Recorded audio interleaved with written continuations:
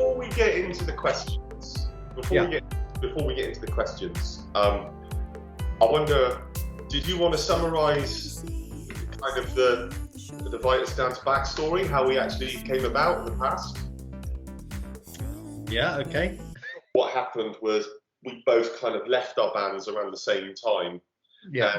And Pete Lockett basically said, "Oh, well, you know, you guys should get together." And it was just a case of like, you know, I took one of your songs and give it a rework, and you know, and then we started doing stuff, and you know, it took us a while to kind of get that sound, and you know, we had some important feedback along the way, which I'm going to share. So this is the magazine feature, yeah, and you know, it says here that, you know, Bristol's musical comedians storm in with their own style of drum and bass, the strongest offering we've heard from these intrepid youngsters of the Wild West. And you know, we were youngsters at the time. We were. I've seen the photo, definitely. Yeah.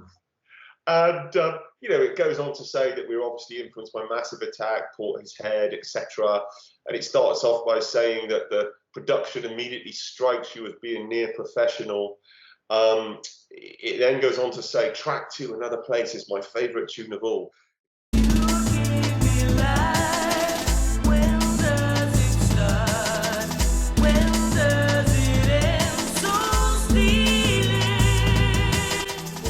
In fact, this stands out far above any other tracks. The programming, production, and singing are all of a high standard. This is especially surprising as the next offering is dance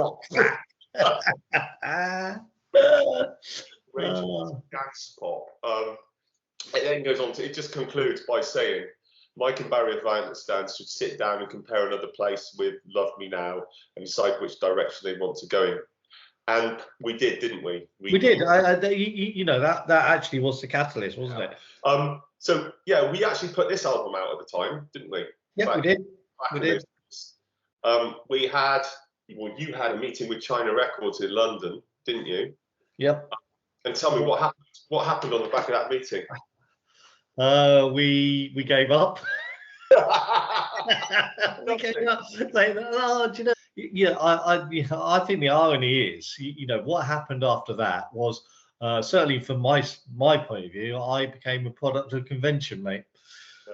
You know, I got on with the kids, and I got on with the career, and kind of thought, okay, that's it from the music point of view. It's a good time to start going into the questions now, because the first one is a question from Tracy, and it says, why now after 20 years?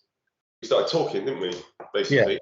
Oh yeah, I think it's kind of, we just carried on where we left off, really. It didn't seem clunky, did it? So again, it's important, I think, to say, because we didn't know what was going to happen, did we? And it's only, I haven't actually written any lyrics or any music for that point of view for that 20-year period. You know, I like yourself, I've totally stopped, totally. So to actually sit down and you say, well, why don't you send me something? And I send you the lyric to The Glass. And that's, you know, that's the first time in 20 years I actually put anything down. And I think just because you embraced it and what you then did with that song, you just kind of think, oh, this can't stop now. Yeah. You know, this can't stop now. As Dolly sings, the day begins.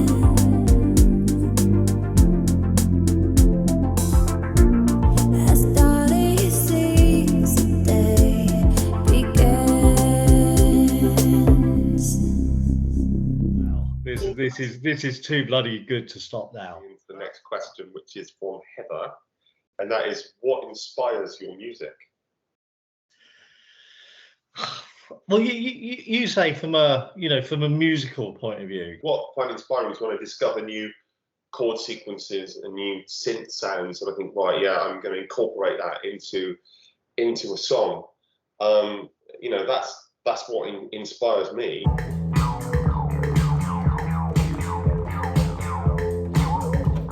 Yeah, we love our synths. There's a lot to say that guitar bands are are rubbish.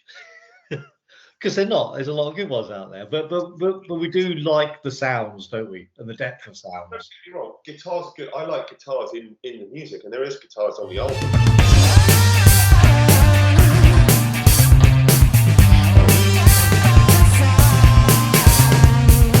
It's just that they're secondary. Yeah, it's primarily an electronic album. But it's easy to be inspired to write a lyric when you have so much happening around you, don't you?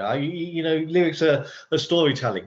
Not all of them, but I like to think that all our songs have a story behind them, and whether that's kind of personal experience or whether that's something that has kind of just hit us, like the rise. Let me open up my eyes, hear the sound of newborn cries. Yeah, That's the story that inspired yourself. So I think the inspiration behind actually doing the lyrics is quite easy, because it's what we see and do in here, isn't it? So anyway, the next question is from Peter, right? He says, we talked about writing lyrics and music. He says, who does what between the two of you, right? Who does what between the two? What are our roles? I have an analogy for this. Is that, all right? I think we're like a 1940s patriarchal marriage. And I think what happens, Mike, is we're both there at conception. Right. Okay, and we both see the babies born. But then I just slope off. You rear them, you educate them, you feed them, you put them to bed, make sure that they turn into decent human beings, and then after they finish law school, I come in right at the end when they've got their degree and take half the credit. How's that for an analogy of who does what? The way I see it is like this: is that you have a very firm footing in the lyrics camp. Yeah, almost all of the lyrics come from you. I have more of a footing in the musical camp. Yeah, I would, if you look at this album, for instance, 90% of the lyrics are written by you, 10% of the lyrics are written by me. If you look at the music in terms of the actual writing of the songs, right? And when I talk about the writing, I'm talking about the lyrics, I'm talking about the chord progressions and the top line melody. So those three elements, it's probably 30% you, 70% me. Yeah. Because, you do write some of the music and you do program some stuff, and, you come up with some of the melodies and things like that. But in terms of the actual kind of production, yeah, that's kind of, I take the lead there. You are an important, set of ears throughout that, steering it kind of thing here and there. And at the end, like you say, saying, yeah, that's great. That's a bit like just popping in on the odd occasional kind of parents' evening, you mean? Yeah. But, I mean, as the kids are growing up, I can just dip into a parents' evening and say, yeah, we need to do this with them now. I would say you're very key to the writing process, potentially more key than me, but the actual kind of production process is more kind of it's happening more here. The next question, right, and I've got a good answer here, is also from Peter, and it says, what does Barry think Mike does well and badly, and vice versa?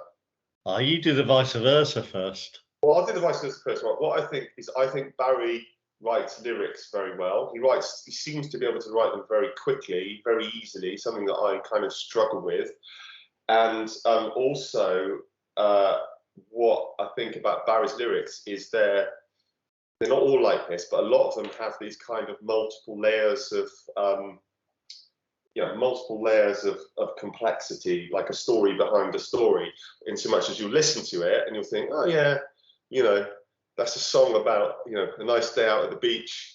And then you kind of like listening to the lyrics and you think, actually, this is about a guy contemplating killing himself. There's like multiple layers. Follow me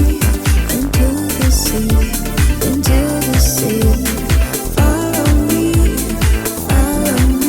In terms of what he does badly, What it does really badly is sing. I've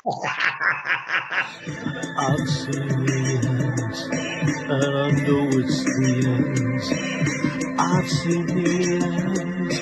No, he doesn't do it badly. He just doesn't do it, and he should never be allowed to do it. You know, I found it quite a tricky question, to be honest, Mike, because you know, you kind of, you know, the production of what we've got is just absolutely fantastic. I think it's something that over the years you've obviously looked at. You've looked at the way that you lay down your vocal, lay down other people's vocals, and it's just like it's taken it to a different level to kind of where it was. So you know, there's only to be applauded the way that you do that. The only thing that Mike stops me doing is writing about things that are uncomfy. Right, okay, so the next question is from Debbie, and the question is, where did you find that amazing singer? Just, you know, just so that everyone knows, I mean, you know, we have this singer who's worked with us on this album, an amazing singer called Liel Bar-Z.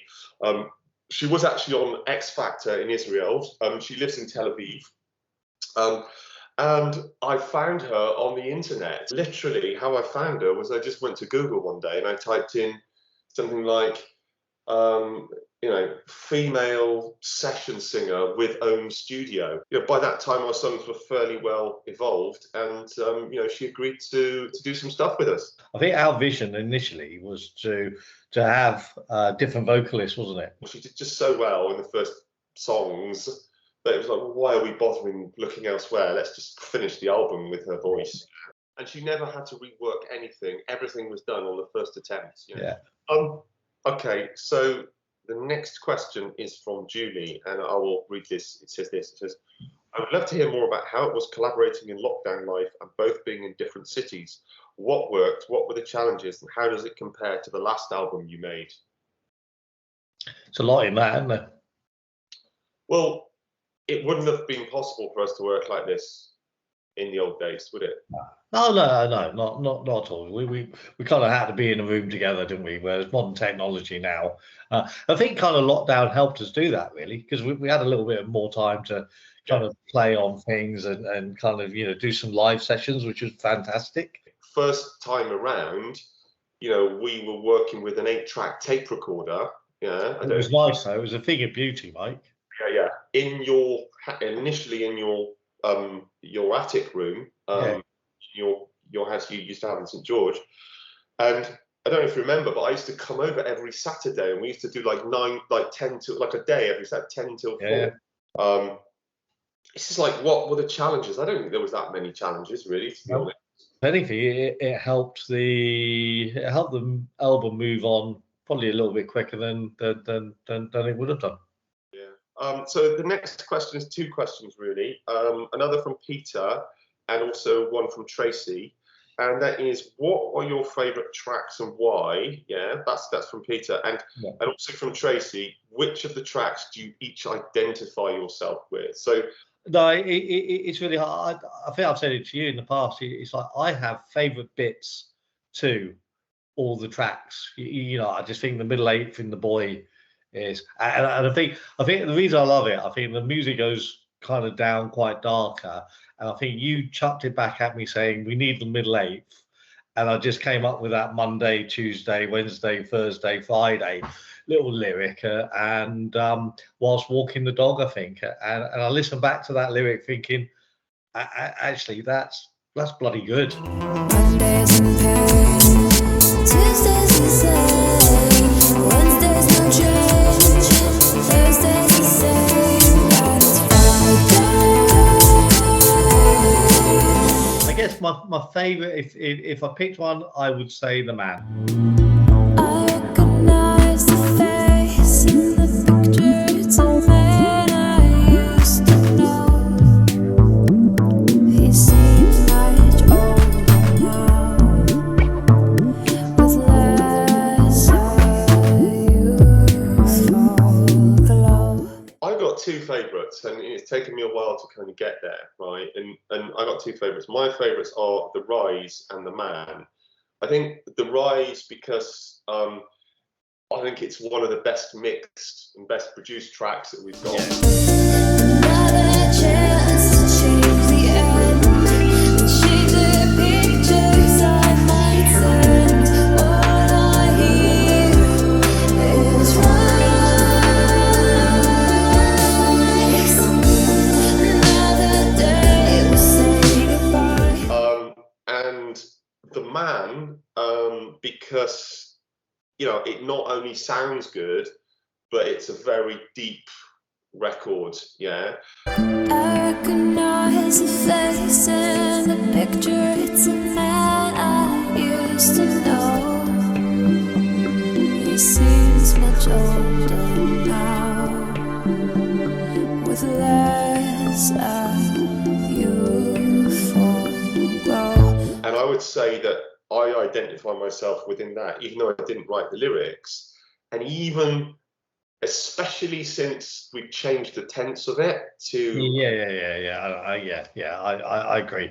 Like third party, and I'm sort of looking at it, thinking it's like me talking about my dad, right? Yeah, my dad still does, but in his latter years, kind of thing. Yeah, that's kind of like I'm listening to that. I'm thinking, oh my God, I could have written this about my dad. Yeah, Yeah. And my kids could have written it about me. Right. Okay.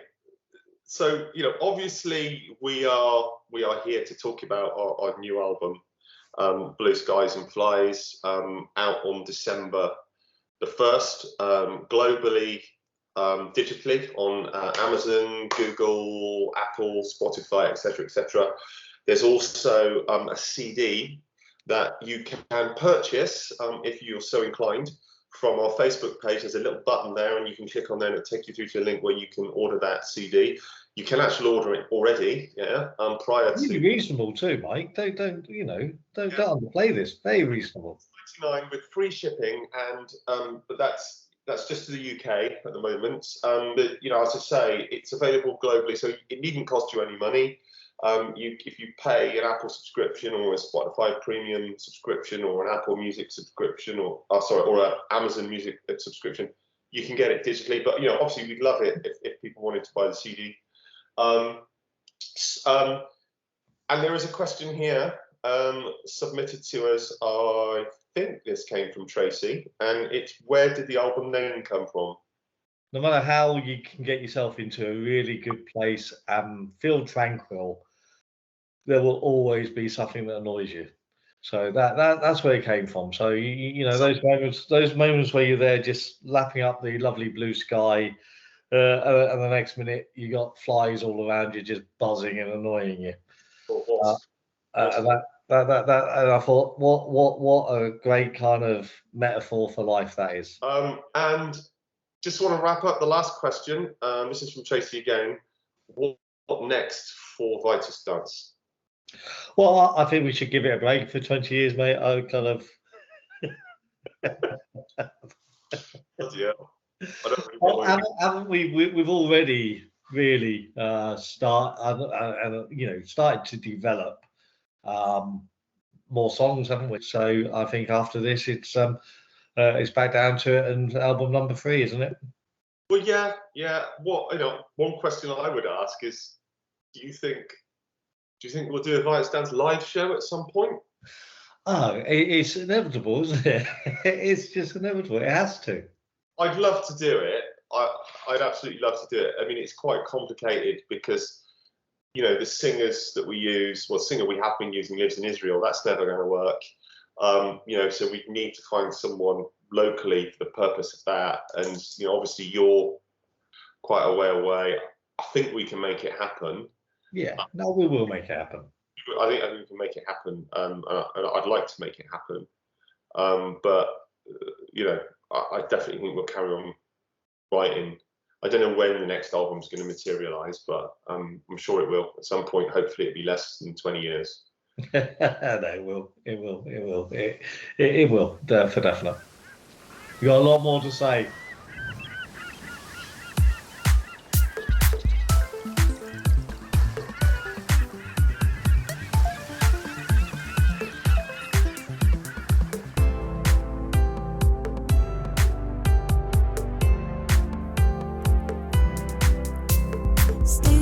the sea, staring at the shore.